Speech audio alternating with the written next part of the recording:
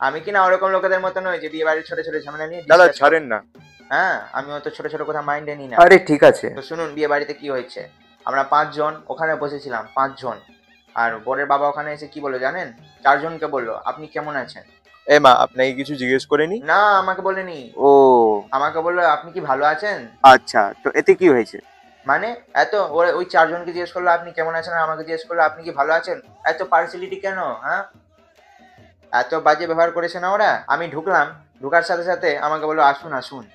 এটা বলতে পারলো না আসুন আসুন বসুন, চেয়ার ফাঁকা আছে বসুন। এটা বলতে পারলো না।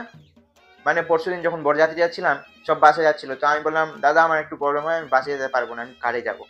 এ মা, আপনাকে কারে নিয়ে যায়নি তাহলে? নিয়ে গেল কিন্তু সামনের সিটে বসালো, আমি কি হেল্পার? তারপর ওখানে পৌঁছে খাওয়া দাওয়া করার পর প্রায় সবাই ছিল, সবাই সবার সামনে জানেন আমাকে কি বললো? দাদা আপনি কি সিগারেট খাবেন। ও কি জানে না আমি বিড়ি খাই। মানে এমন এমন জিনিস করেছে ওরা। ওখানে সামনে বিয়ে হচ্ছে, আমি দেখতে পাচ্ছিলাম না। লোকটাকে বললাম দাদা আপনি একটু সরুন তো। তো লোকটা কি বললো জানেন? আমি পুরোহিত, আমি কেন সরবো। তারপর ওখানে পাশে খাচ্ছিলাম, ওই ক্যাটারকে বললাম দাদা আমাকে একটু পনির দিন তো। কি হলো, দেয়নি আপনাকে? দিল, গাদা গাদা দিয়ে দিল।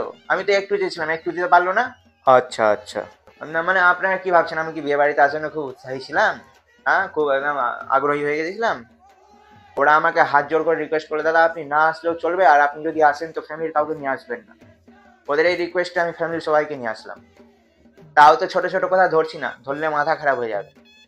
আইসক্রিমটা ঠান্ডা ছিল।